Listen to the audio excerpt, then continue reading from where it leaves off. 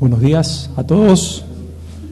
Les invito a que busquen en sus Biblias la porción correspondiente al día de hoy, 1 Pedro capítulo 3, versos 18 al 22. Hoy, por la misericordia del Señor, por la suministración de su Espíritu y su misericordia, llegamos al final de este tercer capítulo de 1 Pedro. Y bueno, cuando llegué esta mañana, algunos advirtieron tal vez que pasé de largo para suministrarme de servilletas por la congestión. Usted ha advertido ya desde el domingo pasado que vengo presentando congestión, tuve neumonía en la semana, pero también tengo que ser sincero y honestos con ustedes, la servilleta cambió su función. Era para limpiarme la nariz, pero terminó el Señor limpiándome lágrimas, porque la alabanza fue realmente muy significativa para mí, sobre todo el segundo himno. Me hizo viajar, como siempre digo, a lugares, a momentos realmente preciosos de mi adolescencia, mi niñez, mi juventud.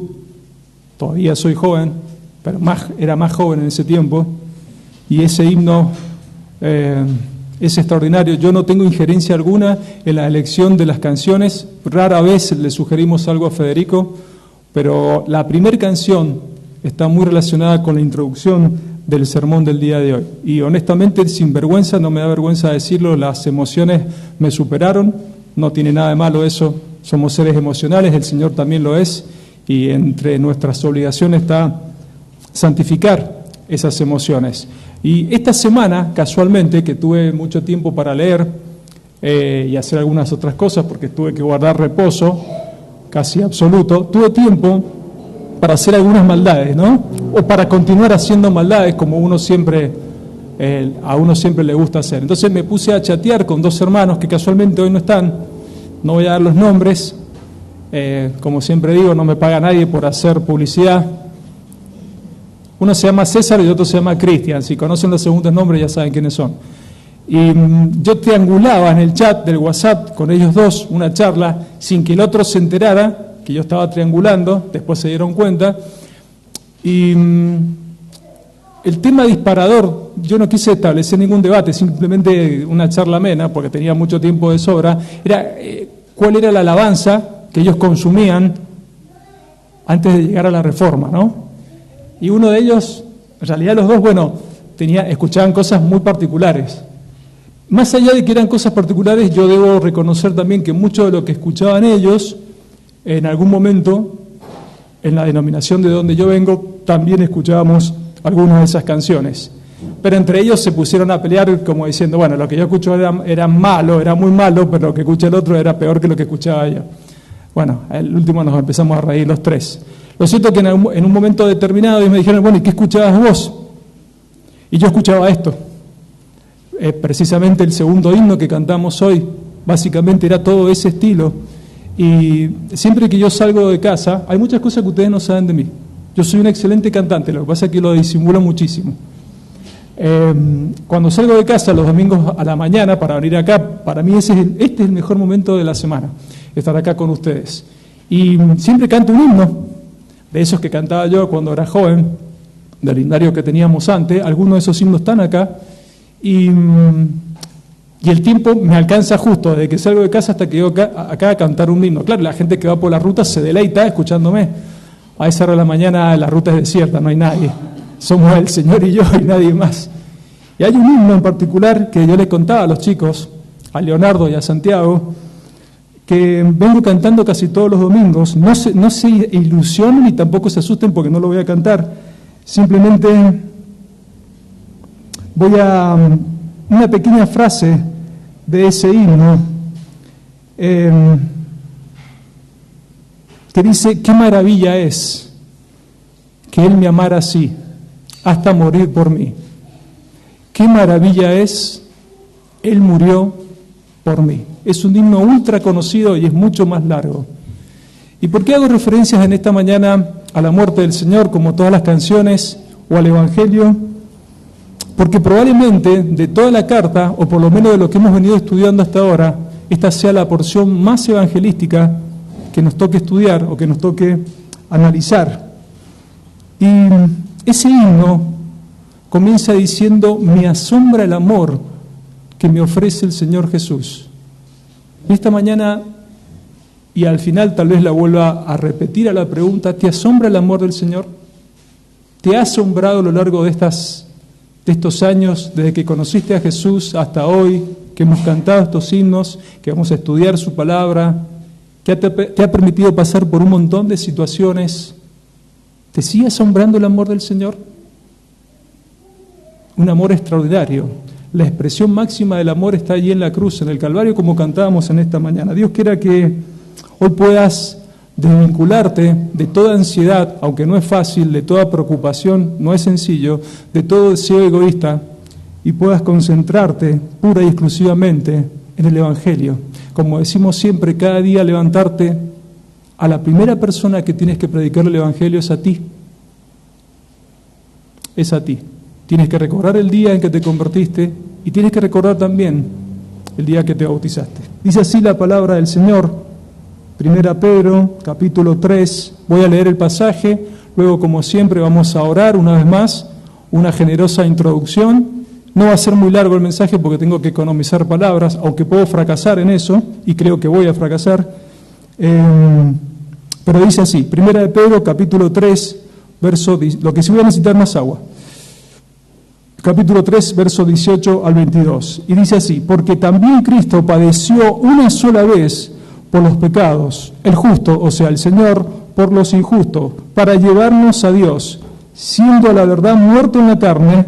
Y por favor concéntrense en esa frase, siendo a la verdad, o sea, realmente muerto en la carne, pero vivificado en el Espíritu, es decir, vivo en el Espíritu. Verso 19, en el cual, o sea, también el Espíritu, fue y predicó a los espíritus encarcelados. Verso 20, los que en otro tiempo desobedecieron, cuando una vez esperaba la paciencia de Dios en los días de Noé, mientras se preparaba el arca, en la cual pocas personas, es decir, 8, fueron salvadas por agua o del agua. Verso 21, el bautismo que corresponde a esto, ahora nos salva, no quitando las inmundicias de la carne, sino como la aspiración de una buena conciencia hacia Dios, por la resurrección de Jesucristo, quien habiendo subido al cielo, está a la diestra de Dios, y a Él están sujetos ángeles, autoridades y potestades. Gracias, muy amable. Oremos. Amado Señor, en esta mañana, una vez más te damos gracias porque hemos podido alabarte, Señor, hasta las lágrimas, no con un mero emocionalismo, sino con un corazón lleno de gratitud por todo lo que has hecho por cada uno de los hijos de tu pueblo. Te pedimos en esta mañana que tu palabra, Señor, tu palabra, el Señor Jesucristo, no este micrófono inútil humano, Señor, sino que tu palabra como espada de doble filo penetre hasta lo más profundo del ser interior de cada uno de los que estamos aquí, Señor, como esa sonda que puede llegar hasta el ser interior. Y, Señor, que tu palabra asesine, mortifique todo lo que tenga que mortificar en nosotros, pero que también vivifique y dé vida a todo aquello que está oscuro y que necesita vida. Señor, como cada domingo, sin ser intrusos de la doctrina de la elección soberana, te rogamos, Señor, te imploramos, si hay alguien entre nosotros que aún no ha venido a Cristo en arrepentimiento y fe, que sea tu Espíritu Santo a través de tu palabra, de la predicación del Evangelio, que toque ese corazón y esa vida pase de una condenación eterna a una bienaventuranza eterna. Gracias te damos por tu palabra, te pedimos que seas el director de este sermón, en los méritos preciosos y extraordinarios de nuestro Señor y Salvador Jesús. Amén.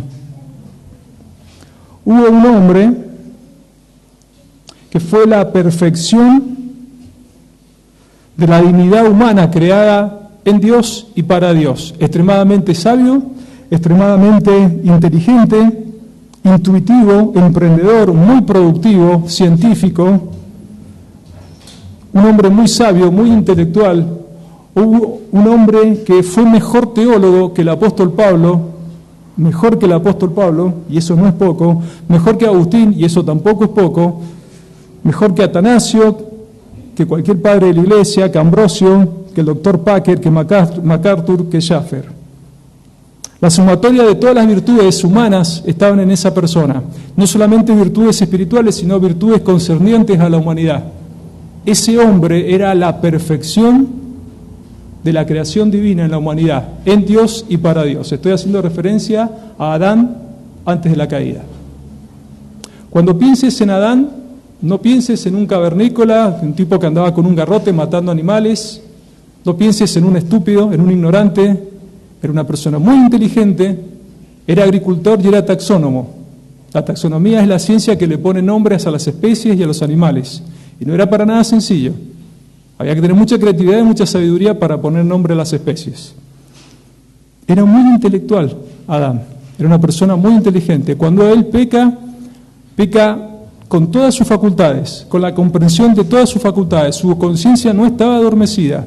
No fue un medio simio, un medio mono el que pecó en el huerto. Fue un hombre portador de todas las facultades y virtudes que hasta ese momento poseía el ser humano. O sea que no podemos justificar el pecado de Adán. No tenía atenuantes ni culturales, ni intelectuales, ni mucho menos morales.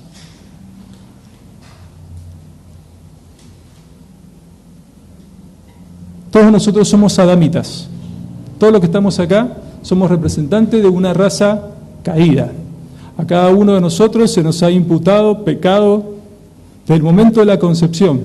Como dice el Salmo 51, que lo hemos nombrado un montón de veces. Y cada uno de nosotros, cuando nace, tiene una horrible e impulsiva tendencia, inevitable tendencia al pecado. Y más allá de que somos como un efecto dominó desde Adán hasta ahora, cada uno de nosotros no puede ser responsable Adán de sus pecados. Cada uno de nosotros es responsable de sus propios pecados. No así de nuestra salvación. Por cuanto todos pecaron, dice la Escritura, estamos destituidos de la gloria, de la presencia, de la Shekinah de Dios. Pero en un pacto intratrinitario, como ya hemos estudiado también, ese pacto eterno de redención, Dios decide enviar a la segunda persona de esa Trinidad como postrer Adán, como el segundo Adán, una adamita sin defectos, una adamita sin fracasos. De manera tal que para entender mejor estos 5 versículos que hemos leído, es muy importante, y también para salir a evangelizar, recordar siempre, mis hermanos, las 3 columnas sobre las cuales descansan nuestra salvación. No se puede, es imposible quitar cualquiera de esas columnas, pero en el caso de ser así, no habría salvación. Estamos hablando de la vida impecable de Cristo, de la muerte sustitutoria, por poner un calificativo porque fue más que sustitutoria, y de la resurrección del Señor. Una vida impecable. Hace algún tiempo, cuando yo me congregaba en la otra iglesia, teníamos charlas teológicas con un hermano y yo le decía a un hermano, si el Señor hubiese descendido o hubiese aparecido de forma intempestiva 1 hora antes de la cruz, sin que nadie supiera nada de él, ese sacrificio no hubiese tenido valor. Bueno, pero es muy agarrado de los pelos lo que estás planteando, decía este amigo. No hubiese tenido valor porque no hubiese habido evidencias de una vida completamente santa y sin pecado. Dice la carta a los Hebreos, porque no tenemos un sacerdote que no pueda compadecerse de nuestras debilidades, sino uno que fue tentado en todo según nuestra semejanza, pero sin pecado. Esta justicia perfecta, la que vivió, la que experimentó, la que transitó Cristo, me fue aplicada a mí y a cada uno de los elegidos, convertidos en este lugar.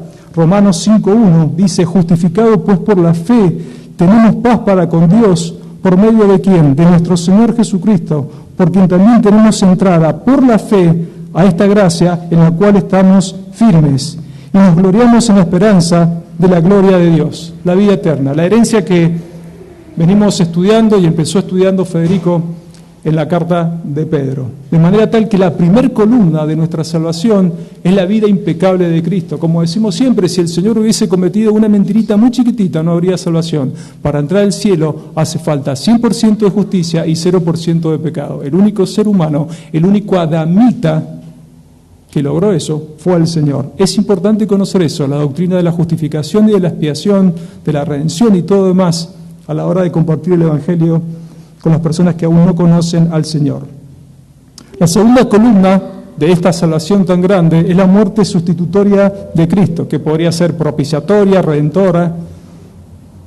Solo un ser humano puede pagar el precio del pecado por otro ser humano. El sacrificio, en este caso Cristo, debe tener las mismas características de la raza que cae, pero para que el sacrificio sea aceptable debe ser sin defectos, un ser humano sin defectos, una adamita sin fracasos.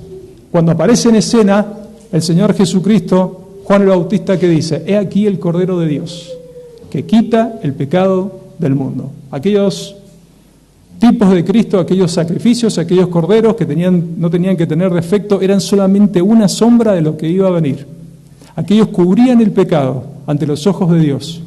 El pecado de las personas que se arrepentían, que era por gracia y por fe, pero cubrían el pecado. Este cordero que vino a morir, que vino a llevar una vida impecable, morir y resucitar, no lo cubre, sino que directamente lo quita. La muerte sustitutoria de Cristo es la segunda columna de nuestra salvación. Y la tercera columna, como ya sabemos, y como dice el texto que acabamos de leer, es la resurrección de Cristo. Es lo que el mundo cristiano y pseudo cristiano va a empezar a festejar de alguna manera esta semana. La Semana Santa se ha convertido en un cliché, porque nosotros decimos, bueno, los protestantes decimos, no es una Semana Santa, tiene que ser una vida santa, y la realidad es así. Al igual que todos los días tenemos que recordar la obra del Calvario, y el Señor resucita por varias cosas, pero los tres motivos fundamentales de la resurrección del Señor es que el Señor Jesucristo era totalmente hombre, pero era totalmente Dios. Él resucita porque es Dios. Él resucita también porque es el autor de la vida. Él tiene poder para ofrecer voluntariamente su vida y volverla a tomar, como vamos a ver también en esta mañana. Pero Él resucita también porque su sacrificio fue tan perfecto, tan extraordinario, tan ausente de defectos y de pecado, que satisfizo literalmente la ira de Dios. Ninguno de esos sacrificios del antiguo pacto podían satisfacer completamente. Algún defecto había, algo imperfecto inclusive había en el sumo sacerdote, que si llegaba a cometer algún error, caía muerto. El sacrificio de Cristo fue perfecto y fue una sola vez y para siempre. Hubo una resurrección, como dice 1 Corintios 15, lo hemos leído muchas veces, 13 y 14, porque si no hay resurrección de muertos, tampoco Cristo resucitó. Y si Cristo no resucitó, vana es entonces nuestra predicación, vana también es vuestra fe. ¿Quiere decir esto? Salvación cero. Seríamos los más dignos de conmiseración. Y como cantábamos en el primer himno, de contemplar, de mirar al Señor, en esta mañana, con los ojos de la fe, ve a Cristo. Ve a la cruz de Cristo, esta mañana y todas las mañanas. Y mira al Señor crucificado, derramando su sangre. No te reprocha nada el Señor. Y en un vistazo, en un golpe de vista, vuelve a mirar la cruz y ya no lo vas a encontrar porque el Señor no está ahí. Resucitó, bajó.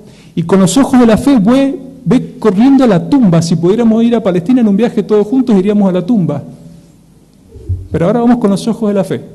La billetera por lo menos nos permite ir con los ojos de la fe. Entramos a la tumba y ¿qué hay? Nada, la tumba está vacía. El Señor está sentado a la diestra del Padre. Él está en el cielo. Y ese mismo Dios, con el poder del Espíritu, como orábamos el viernes, habita por la misma fe en el corazón de cada creyente que está acá. Y desea cada día estar más cómodo en el corazón de cada creyente que está acá. Uno puede tener satisfacción por un montón de cosas en esta vida, pero nada puede superar en satisfacción, en deseo, en anhelo, la persona de Cristo. El Cristo al cual predicamos no solamente es la persona más importante de nuestra vida, no solamente es el centro de nuestra vida, no solamente es el centro de toda nuestra liturgia, el Señor Jesucristo literalmente es nuestra vida. Dios quiera que cada día nosotros, al contemplar la cruz, junto con Pablo, podamos decir, para mí el vivir es Cristo, el vivir es Cristo y el vivir es Cristo. Y el morir, cuando nos toque, sea ganancia, porque allá estaremos en la eterna bienaventuranza. Bueno, el verso 18 empieza, y voy a tomar agua, mucha agua. Esta fue la introducción. El verso 18 comienza con una frase que une lo que nos enseñó Leonardo la semana pasada con lo que va a empezar a exhortarnos ahora el apóstol. Dice, porque también, esta expresión porque también conecta el sufrimiento injusto, recordemos lo que nos enseñó Leonardo la semana pasada, el sufrimiento injusto de los creyentes de la diáspora, tanto judíos como gentiles, ambos sufrían más o menos por las mismas cosas.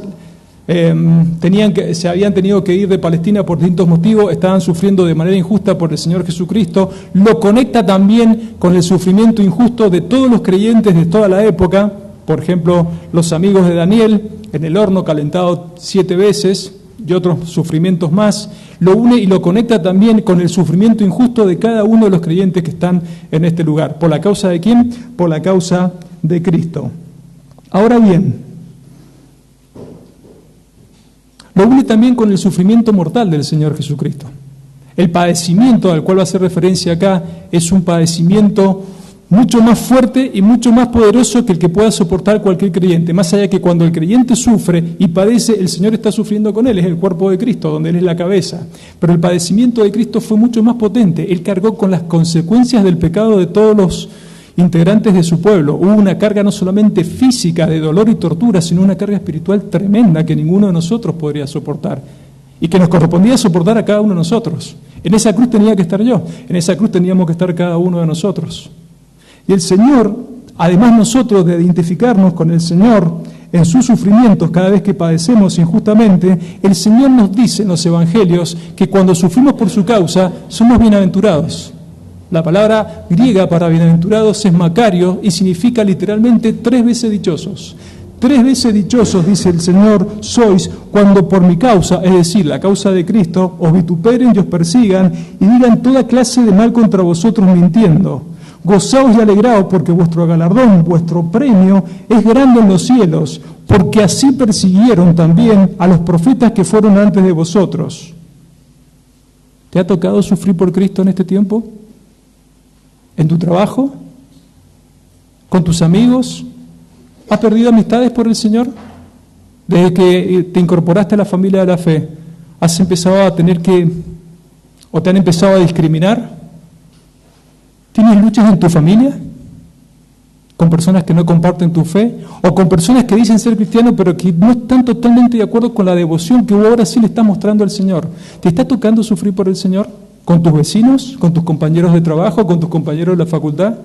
No sientas ascos de tus sufrimientos. Nosotros no somos masoquistas, nosotros no tenemos que desear el sufrimiento, pero debemos aprovechar esas aflicciones.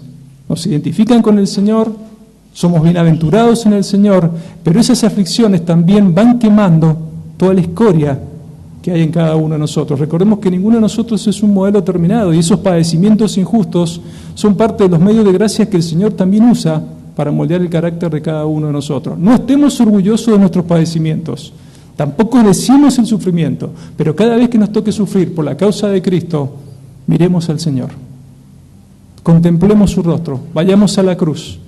Lo que Él padeció fue muchísimo mayor.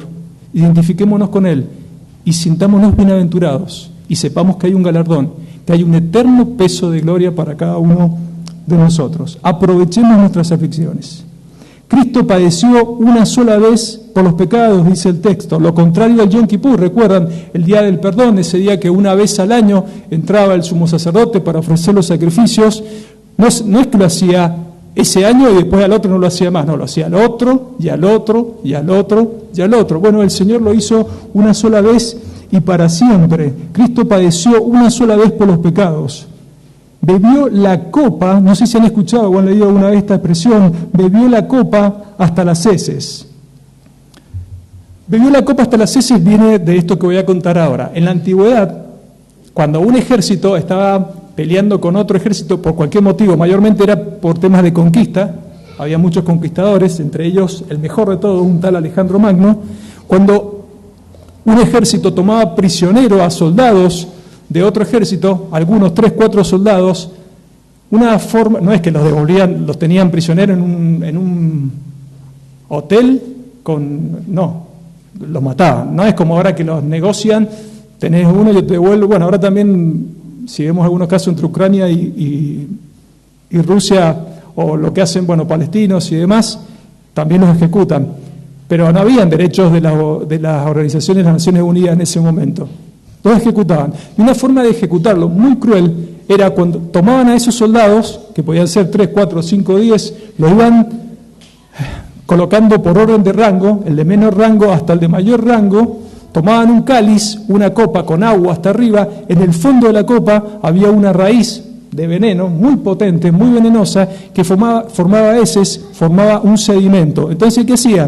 Le iban dando la copa al primero, al de menor rango, iba bebiendo poquito el tipo, porque todavía no subía el veneno hasta arriba, iba subiendo de a poco, bebía de a poquito para zafar, para no morir, pasaba al segundo y eventualmente, cuando llegaba al último, al de mayor rango, que podría ser un capitán o un general, el primero que caía muerto era ese. Y si no había más agua, porque eran muchos soldados, algunos zafaban, pero la mayoría morían. Bueno, el Señor Jesucristo sabe qué hizo por cada uno de nosotros. Ni siquiera nos dejó tocar el cáliz, la copa. Él tomó la copa, se tomó la copa hasta el final, bebió toda el agua, sacó la raíz, y se la comió y se tragó.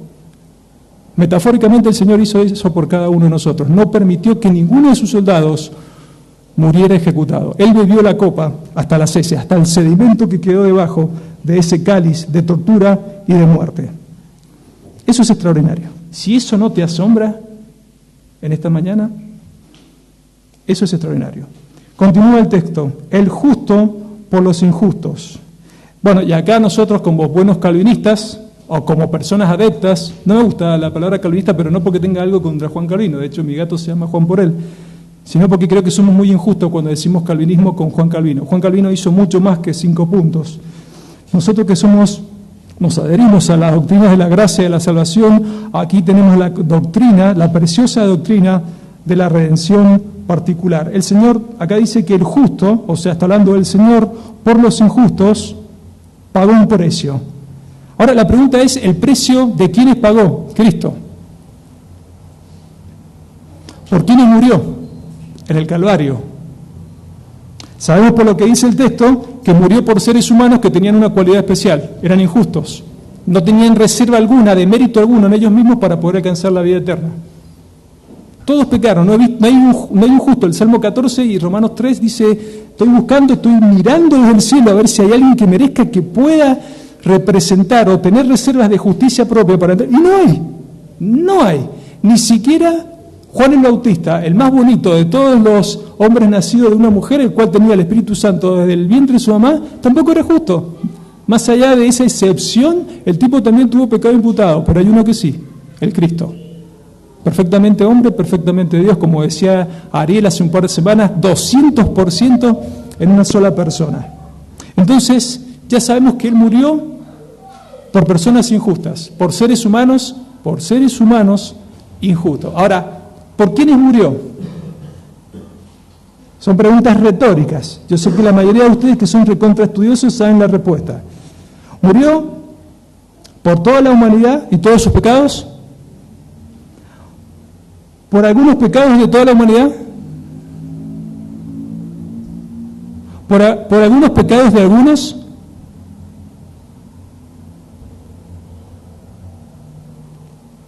¿Murió por todos los pecados de algunos? Yo le voy a decir por quién murió. Ustedes en esta mañana, o mayormente todas las mañanas, todos los domingos, cuando tenemos alguna actividad, cuando me ven entrar por esa puerta, ven básicamente la fachada. ¿Te puede gustar o no la fachada? Eso es independiente de cada uno, sobre gustos y colores, no hay sabores, dicen por ahí. Pero lo cierto es que dentro del edificio, dentro de la fachada, en el escenario interior, hay un montón de cosas que pasan. Una de ellas es el cáncer con el cual luchamos todos, que se llama orgullo. Y uno acude cada tanto a la quimioterapia de los... Estoy hablando metáfora, ¿no? No quiere decir que tenga cáncer, todavía no, creo que no. Pero uno acude, cuando se acuerda o cuando es diligente, a la quimioterapia de los medios de gracia y va matando ese orgullo, que es el pecado en realidad, es la esencia de todo pecado.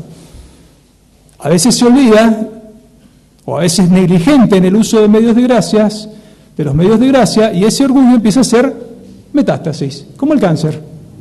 Bueno, yo lucho con eso, como la mayoría de ustedes. Ustedes pueden ver esta mañana un tipo que ha venido con un traje, que repito, te puede o no gustar, con zapatos bien lustrados, con un broche Pierre Cardin, que me regalaron hace mucho, pero dentro mío hay un montón de miserias con las cuales yo lucho. Ansiedades, por ejemplo. Ansiedades de oraciones o peticiones que le vengo haciendo al Señor durante mucho tiempo y todavía no responde. Y cosas que él antes respondía muy rápido y ahora se demora por algún motivo. Con tensiones, con preocupaciones, con afanes. ¿Qué irá a pasar mañana? Mañana explotan todos los bancos, desde ya se los digo. Si quieren sacar dólares, no vayan porque no van a funcionar los bancos directamente. Pero hay ansiedades, hay preocupaciones, hay una lucha tremenda, diabólica, muy limitante para mí con algo que se llama timidez. Ustedes me van a decir, este tipo está loco, yo soy extremadamente tímido y eso a mí me afecta en todas las áreas de mi vida. Hermanos, de acuerdo al Salmo 51, yo soy mucho peor de lo que ustedes piensan, pero muchísimo peor. Si ustedes piensan algo de mí o han visto algún defecto en mí, yo soy muchísimo peor de lo que ustedes piensan. Pero ¿saben qué? Cristo murió por mí. Él murió por mí. Y esa realidad hoy cambia todo, lo modifica absolutamente todo. Modifica mi relación con el pecado, porque ahora a mí me molesta y me duele pecar y me hace daño pecar. Modifica mi relación con el resto de las personas, modifica mis relaciones interpersonales, modifican mis momentos de espera, mis frustraciones, modifica mi relación con el sufrimiento. Para un no creyente el sufrimiento es algo caótico, terrible. Para un cristiano no, tiene sentido. Él murió por mí. Nosotros sabemos que la redención no es universal, que la redención es particular. Y dice el texto, continúa el verso diciendo, para llevarnos ¿a dónde?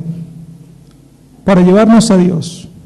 Ese sacrificio, esa obra extraordinaria del Señor, tiene un propósito de salvación y también de santificación. Siempre es bueno recordar, y esto también cuando vayamos a presentar el Evangelio, que el Señor no solamente vivió, murió y resucitó para que nosotros tengamos vida eterna, también vivió, murió y resucitó para que cada uno de nosotros sea santo. No tenemos que menospreciar la obra del Señor en cuanto a nuestra santidad personal. Por eso hay que mirar la cruz todos los días. Es un medio de gracia recordar lo que el Señor hizo por mí. Es una forma de ir matando y odiando cada vez más el pecado. Llevarnos a la vida eterna como una novia sin mácula, sin mancha. Hay una profecía, y les invito ahora sí a que lo busquen, uno de los pasajes más evangelísticos y más preciosos del Antiguo Pacto, Isaías 53. Esta profecía tiene aproximadamente 700 años antes del Señor y explica a la perfección esta frase de llevarnos a Dios. Isaías 53, versos 9 al 12. Yo lo voy a leer en la Reina Valera revisada del 60. Dice el versículo 9. Se dispuso con los impíos su sepultura, mas con los ricos fue en su muerte, aunque nunca hizo maldad ni hubo engaño en su boca, o sea, pecado cero. Verso 10. Con todo eso Jehová quiso quebrantarlo, sujetándole a padecimiento, otra vez padecimiento. Cuando haya puesto su vida en expiación, transferencia de culpa, por el pecado, verá linaje, vivirá por largos días, y la voluntad de Jehová será en su mano prosperada. Verso 11. Verá el fruto de la aflicción de su alma y quedará satisfecho por su conocimiento. Justificará mi siervo justo a muchos. Lo mismo que estamos leyendo, la doctrina de la justificación, transferencia de justicia, y llevará las iniquidades de ellos. Llevará. Verso 12. Por tanto, yo le daré parte con los grandes y con los fuertes repartirá despojos, por cuanto derramó su vida hasta la muerte y fue contado con los pecadores, habiendo él llevado el pecado de muchos, no de todos, habiendo él llevado el pecado de muchos, llorado por los transgresores. 700 años antes de la encarnación del Verbo, el profeta Isaías explica los beneficios de las 3 columnas de la salvación. ¿Y saben qué? A partir de ese momento, a partir de la obra del Señor, nosotros tenemos un Dios accesible. Antes era muy complicado ir a la presencia del Señor, solamente el sumo sacerdote podía entrar. No es que los demás no pudiesen orar y pedirle cosas al Señor. Nosotros ahora podemos, en el nombre del Señor, en los méritos del Señor, en el mediador de este nuevo pacto, venir al Señor cuando nosotros queramos y las veces que queramos, con confianza, con valentía, pero también con respeto. Hace unas semanas atrás, una hermana nos llamaba a la reflexión en una reunión de trabajo, y obviamente que nosotros no nos vamos a comparar con la majestuosidad del Señor, pero esta hermana decía, ¿somos nosotros los creyentes de Corán Deo Mendoza accesibles? El Señor es un Dios accesible. Nosotros no tenemos que pedir permiso, no tenemos que llamar a su secretaria para que en la agenda, quiero hablar con Jesús, quiero hablar con Dios. Directamente acudimos al trono de la gracia en los méritos de Cristo. ¿Somos accesibles nosotros para el resto de los hermanos? ¿Dejamos que los hermanos se involucren respetuosamente en nuestras vidas? ¿Tenemos la tendencia a relacionarnos con ellos, con sus problemas, con sus aflicciones, en la misericordia del Señor? Se los dejo para que lo piensen y lo vayan masticando en casa. Dice el texto y continúa diciendo, siendo a la verdad, o sea, realmente, muerto en la carne. Y esta pregunta que voy a hacer ahora la compartí con los muchachos, con los varones el viernes. Dice, muerto en la carne, realmente, a la verdad, muerto en la carne, en la cruz. ¿Quién muere, Dios o el hombre? ¿Quién muere? Bueno, para nosotros es bastante fácil responder el hombre porque venimos estudiando la doctrina, la unión hipostática y demás. Pero hay creyentes, y algunos muy famosos, que aseguran que en la cruz murió Dios. Que en la cruz el que dejó, el que suspendió sus signos de vida, fue el Verbo, fue Dios. Bueno, nosotros sabemos que el Señor, el Verbo, la segunda persona de la deidad, también es el creador y sustentador de todas las cosas. Si en esa cruz hubiese muerto el Verbo, todo el universo creacional se venía abajo. Y no hubiese podido realizar el ministerio que ahora a continuación nos va a describir Pedro. O sea, que realmente él dice, muerto en el cuerpo, pero su espíritu, su alma, el alma del Verbo, estoy hablando, o sea, el Dios, la parte divina, la deidad de la segunda persona, estuvo vivificada. Y dice, pero vivificado en el espíritu. Llevó a cabo una obra. O sea, en su existencia espiritual del Verbo, de Dios, en su deidad, en la parte divina, 100% hombre, 100% Dios, 100% hombre dejó de existir, murió, aunque quedó el cuerpo, pero 100% hombre murió, la persona de la humanidad murió, pero la parte 100% perfecta divina siguió existiendo, pero vivificado en el espíritu, dice la palabra. Vivo espiritualmente, en esa condición el Señor efectuó el ministerio. Si en la cruz hubiese muerto Dios, este ministerio no sería posible. ¿Cuál ministerio? Verso 19. En el cual, o sea, en su vida, en su deidad, en ese 100% Dios, también fue y predicó a los espíritus encarcelados. Lo mismo que predicó nuestro hermano Ariel el día del bautismo. Predicó acá no quiere decir que fue a hacer una labor evangelística para salvación de esos que estaban ahí, no. Fue mostrarles la victoria obtenida en la cruz, victoria que prontamente iba a ser completada cuando resucitara también el cuerpo. Espíritus, dice, espíritus encarcelados, de la caída del hombre, Satanás y sus demonios han hecho todo lo posible para destruir al pueblo de Dios. Y le voy a dar algunos datos. Por ejemplo, atacar de todas formas al linaje de Jesús, de hecho tratar de impedir con un asesinato masivo de recién nacidos, el propio nacimiento de Cristo. Aún antes de empezar su ministerio público, Cristo fue tentado por Satanás. O sea, lo que no pudo, en lo que fracasó Adán en el huerto, el Señor en el desierto logró la victoria. El postrer Adán no tuvo fracasos. Fue atacado por Satanás. Durante todo su ministerio tuvo una gran oposición satánico-demoníaco y también de los hijos de ira. De hecho, uno de los 12 era un hijo de ira, era un hijo del diablo. Aún así, el Señor cumplió su misión. Y fue a estos espíritus que por traducción en el hebreo original no eran seres humanos justificados como nosotros, no eran seres humanos encarcelados, eran demonios, ángeles creados originalmente y luego por rebelión ángeles caídos. ¿Cuál era la identidad de estos espíritus encarcelados? Verso 20, y vamos rápido. Los que en otro tiempo desobedecieron. Esa es la identidad de estos espíritus, de estos demonios encarcelados. Los que en otro tiempo desobedecieron. Cuando una vez esperaba la paciencia de Dios en los días de Noé, mientras preparaba el arca, en la cual pocas personas, es decir, 8, fueron salvadas por agua. Al igual que en el resto de las cartas, y respetando la directriz y el estilo de Pedro, él ahora también sigue comparando esta carta con el antiguo pacto. Y ahora también le voy a pedir por favor que me acompañen a Génesis capítulo 6, versos 1 al 4. Vamos a ver la identidad de estos espíritus encarcelados y cuál fue el pecado que se los acusa, no solamente a ellos, sino también a los seres humanos que se involucraron con ellos.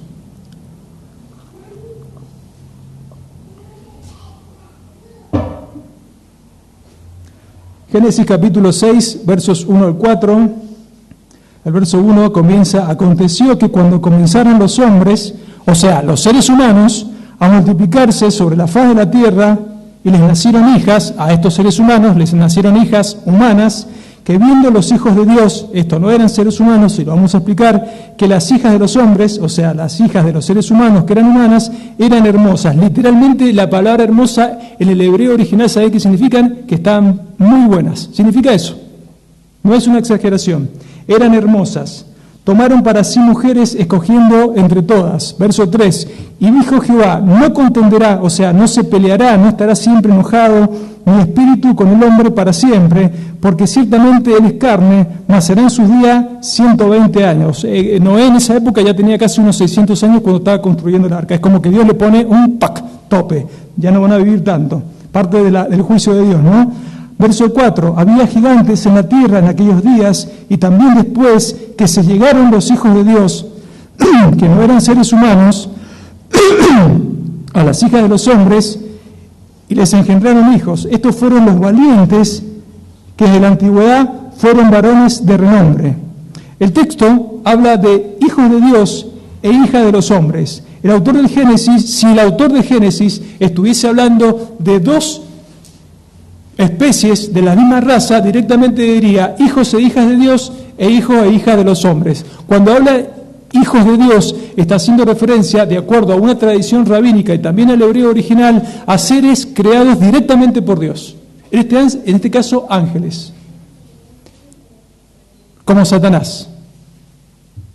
Como creación divina. No personas justificadas como nosotros. Y cuando hace referencia a las hijas de los hombres, está haciendo referencia a seres humanos. Adamitas, igual que ustedes y que yo.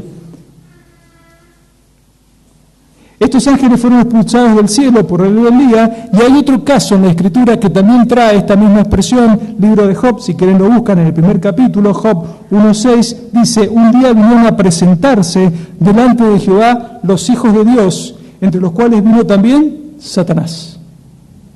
Eran seres creados, eran ángeles, no eran seres justificados como nosotros. Nosotros somos hijos de Dios porque tenemos el derecho en Cristo de ser llamados hijos de Dios por justificación.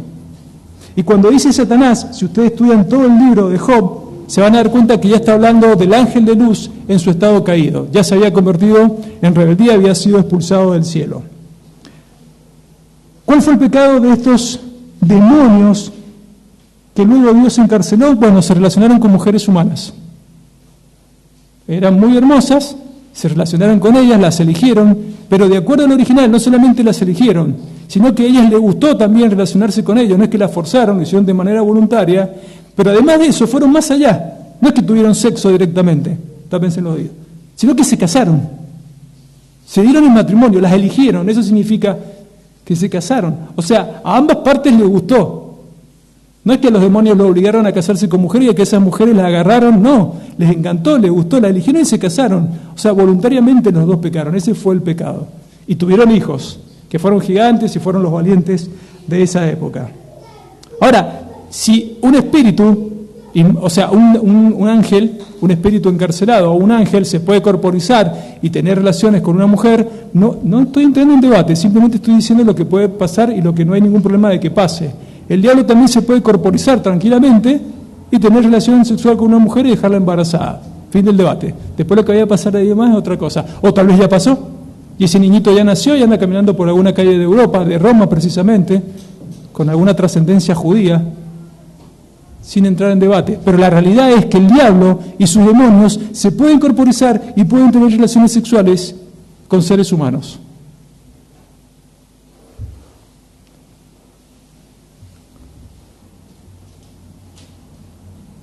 Ahora, ¿te has dado cuenta de algo?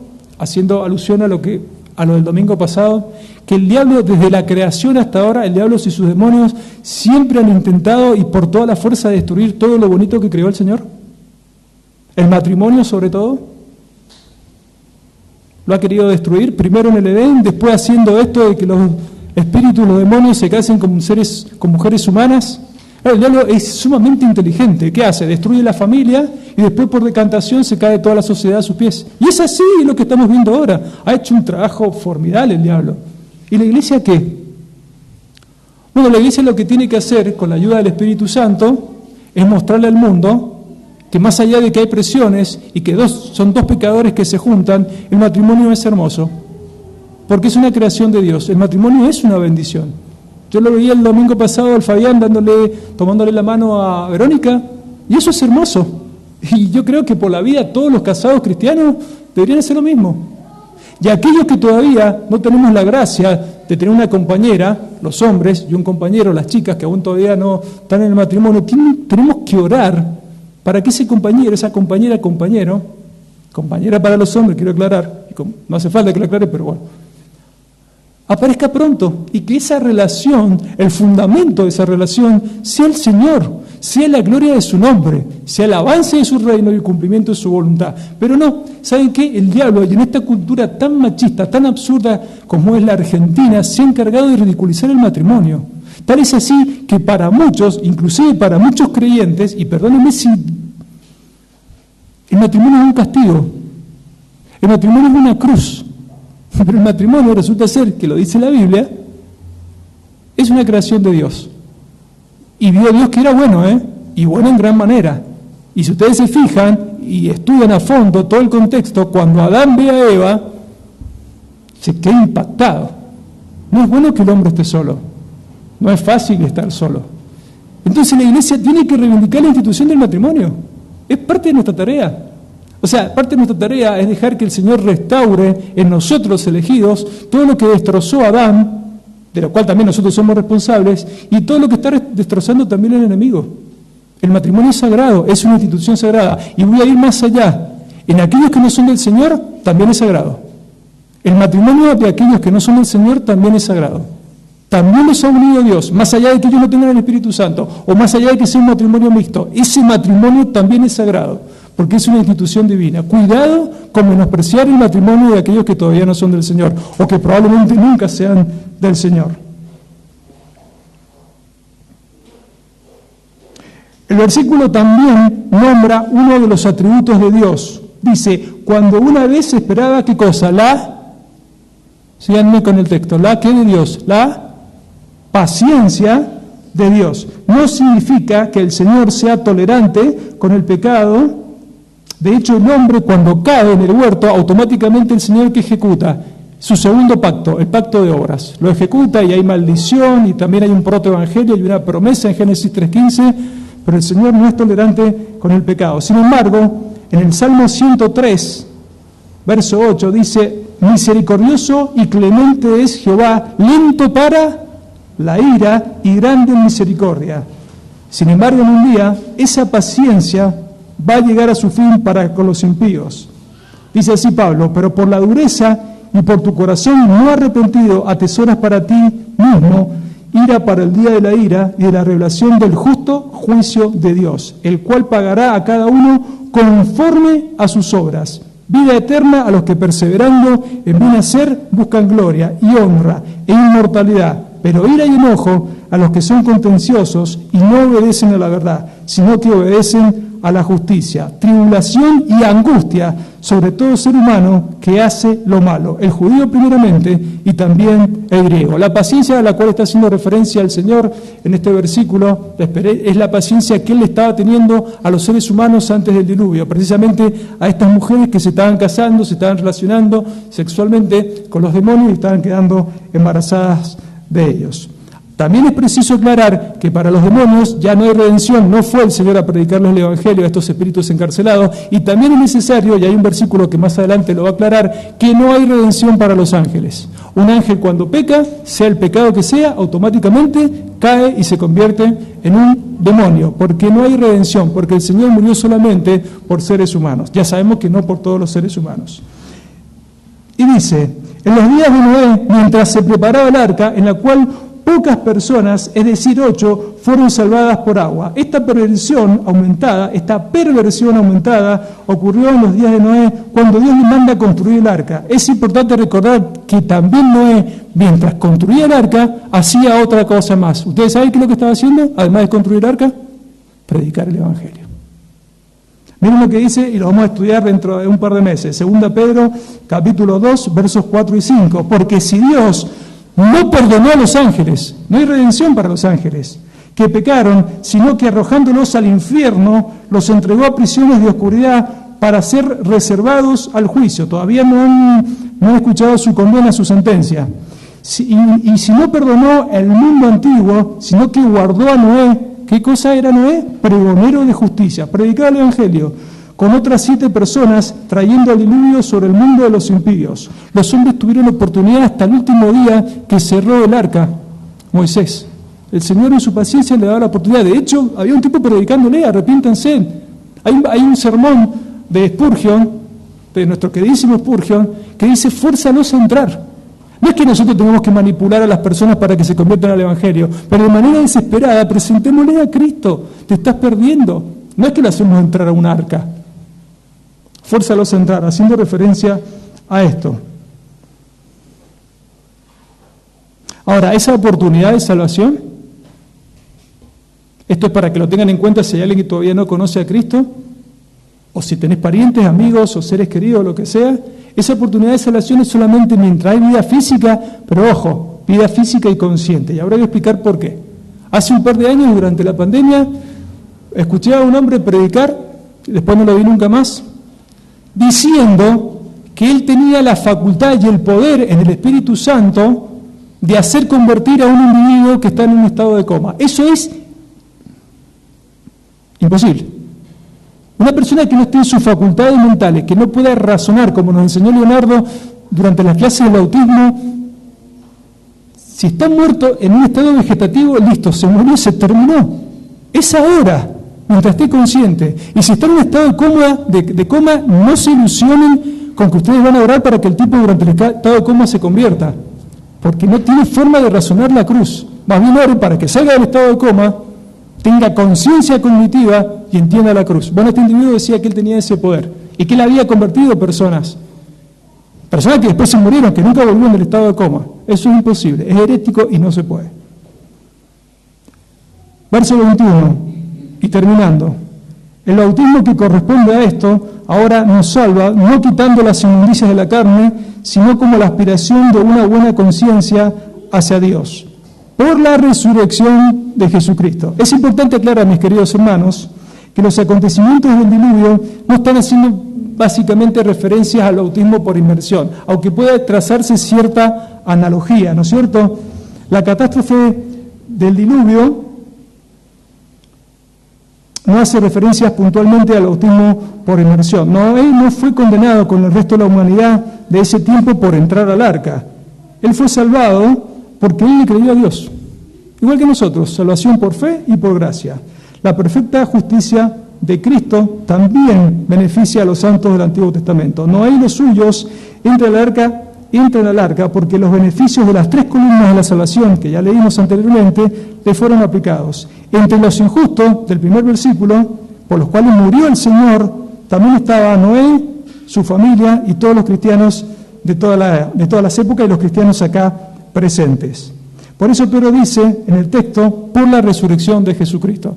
Por la resurrección de Jesucristo, por la obra de Cristo, también Noé fue salvado. También los antiguos creyentes del antiguo pacto fueron salvos. El Señor vivió, murió y resucitó por los santos del antiguo pacto. El arca, si es un tipo de Cristo, en la tipología, no quita las inmundicias, como todos los sacrificios del Antiguo Testamento, que tampoco quitan las inmundicias, las cubren, sino que, como dice el texto, aspira a una buena conciencia, en una esperanza certera de un Mesías futuro. Desde luego que ellos, antes de la cruz, antes del sacrificio, antes de la vida de Cristo, y nosotros de este lado de la cruz. Y también, para entender esto, les invito a que busquen Hebreos capítulo 11, versos 1, 3 y 7, un pasaje reconocido que habla muchísimo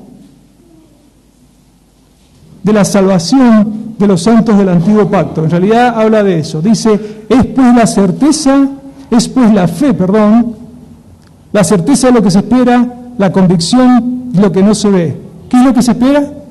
¿Qué es lo que no se ve? ¿Qué es lo que esperaban ellos y no veían? Al Señor Jesucristo, al Mesías, al Salvador. Cuando está hablando el versículo 1 de ese capítulo 11 de Hebreos, está haciendo referencia a que los santos del Antiguo Testamento se salvaban igual que nosotros, por gracia y por fe. Nada más que ellos se salvaban por algo que iba a suceder, a crédito. Nosotros nos salvamos por eso mismo que ya sucedió. Porque por ella, o sea, por la fe, alcanzaron buen testimonio los antiguos, está hablando de ellos. Por la fe entendemos haber sido constituido el universo por la palabra de Dios, de modo que lo que se ve fue hecho de lo que no se veía, como nos enseñó el viernes Federico, una creación de la nada, ex nihilo. Verso 7, y aquí se nombra a Noé.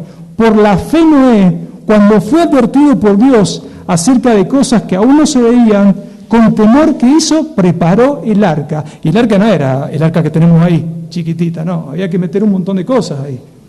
Era gigante, era enorme, era una empresa extraordinaria.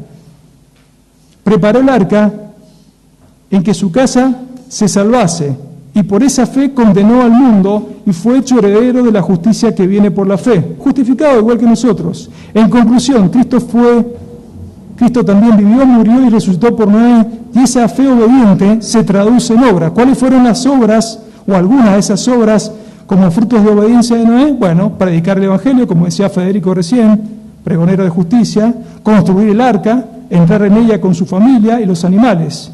Dios es paciente, pero mientras su ira aún no ha sido ejecutada, ¿qué debe hacer la iglesia? Predicar el Evangelio. O sea, nosotros podemos hacer muchas cosas. Juntarnos a orar, tener el ministerio ahora de misericordia, los viernes, los sábados, juntarnos ahora acá. Podemos, bueno, ahora las chicas creo que ya empezaron con el tema de las oraciones por Zoom, está buenísimo eso. Podemos hacer un montón de cosas sin dejar de predicar. O sea, porque el arca que estaba construyendo Noé era un servicio a Dios. Era un ministerio la construcción del arca. No era que el tipo después de vender el arca se iba a llenar de plata o iba a salir a hacer tour por todo el mundo con el arca. No, era un servicio. O sea que nosotros, sin dejar de hacer todo lo que tenemos que hacer, tenemos que salir a predicar. Y la verdad es que el Señor nos va a demandar si no predicamos el Evangelio. Ya sea individualmente, en la diaria o como iglesia. Bueno, no hay excusas. El tipo estaba con el arca, los 3 hijos, Sem, Can y Jafet, y por ahí las nueras lo ayudaban y la esposa. Tenía que hacer la comida también y aparte predicaba el Evangelio. No hay excusas para eso. Verso 22. Quien habiendo subido al cielo está a la diestra de Dios, ya le están sujetos ángeles, autoridades y potestades, quien habiendo subido al cielo. El Señor, y ahora sí voy terminando, luego de vivir, de morir y resucitar, no se va automáticamente al cielo, sino que se queda 40 días. Y esos días que se quedó entre los seres humanos, entre sus discípulos, tienen un propósito. ¿Cuál es básicamente ese propósito? Mostrar evidencias de que realmente resucitó. De hecho, las marcas de la cruz, el costado traspasado todavía estaba.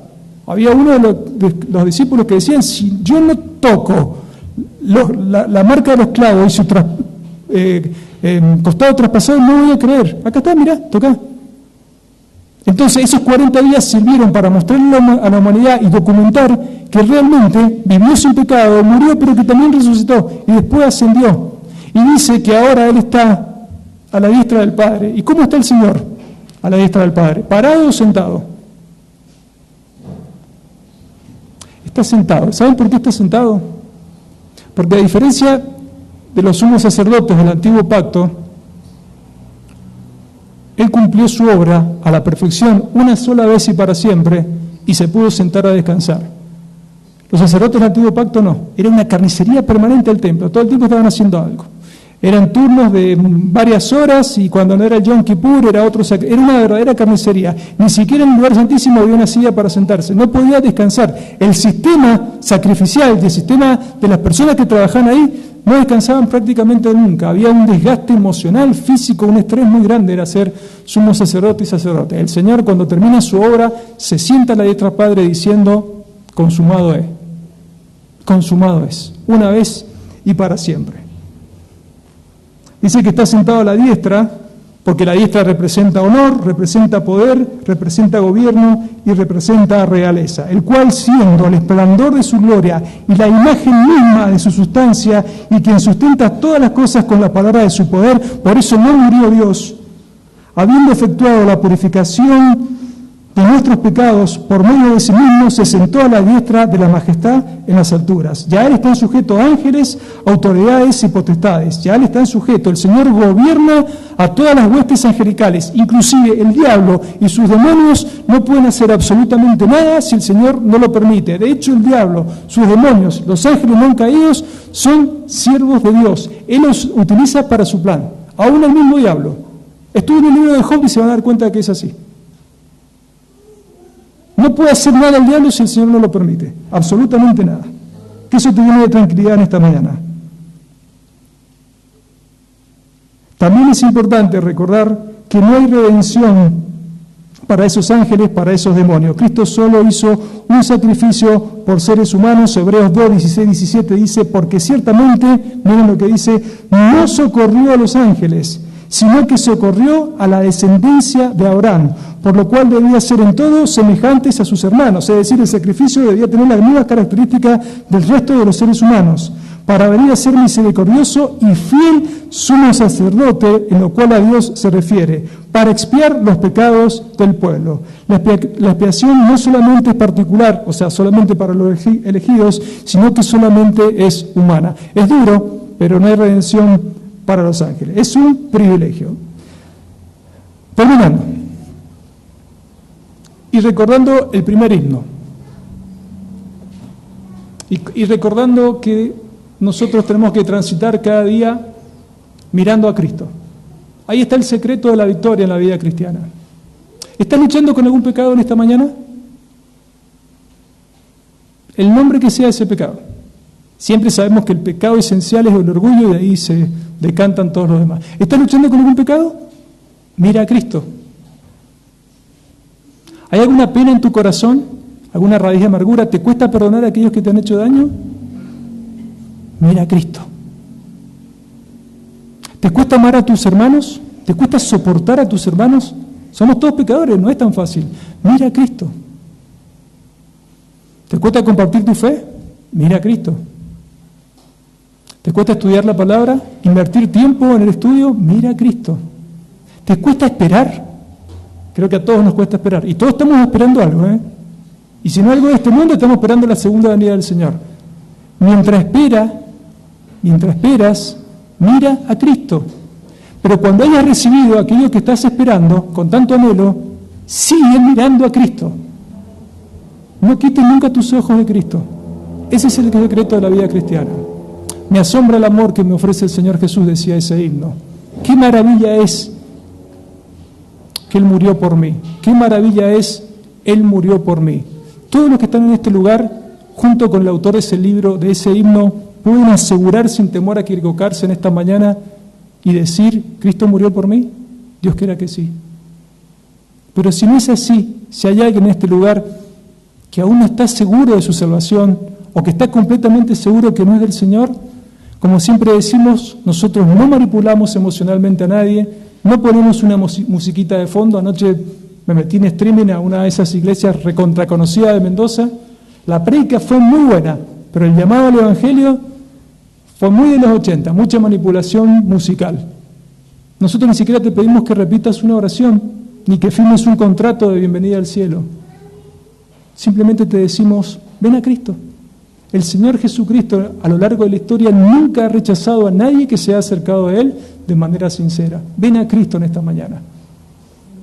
Porque la esperanza es, mientras hay vida, y mientras hay vida consciente, cuando la máquina de la conciencia se apaga, ya no hay más esperanza. Cuando se termina esta vida física, ya no hay esperanza. Que esa realidad esté presente en los que no son del Señor y en los que ya son del Señor también, para que empecemos a predicar, para que empecemos a compartir, que el Señor ponga pasión por las almas de aquellos que todavía no le conocen. Oremos.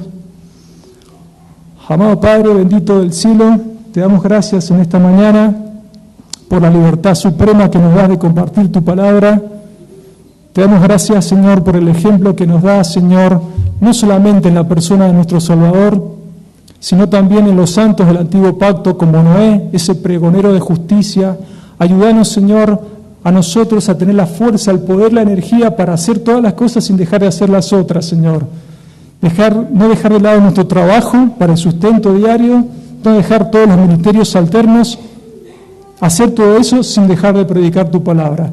Poner en nuestro corazón un profundo deseo y anhelo de compartir el Evangelio de la gracia, Señor. Damos picazón, comezón en el cuerpo, en el alma, por aquellos que se están perdiendo, Padre. Dejando a tu voluntad y a tu criterio quiénes sí y quiénes no se van a salvar, eso te corresponde a ti. Pero nosotros tenemos que llevar las semillas, Señor. Dejamos lo que queda de estas actividades, lo que queda de este domingo, lo que queda de esta semana en tus manos, en los méritos preciosos del Salvador, nuestro Señor Jesucristo. Amén. Que el Señor bendiga su palabra.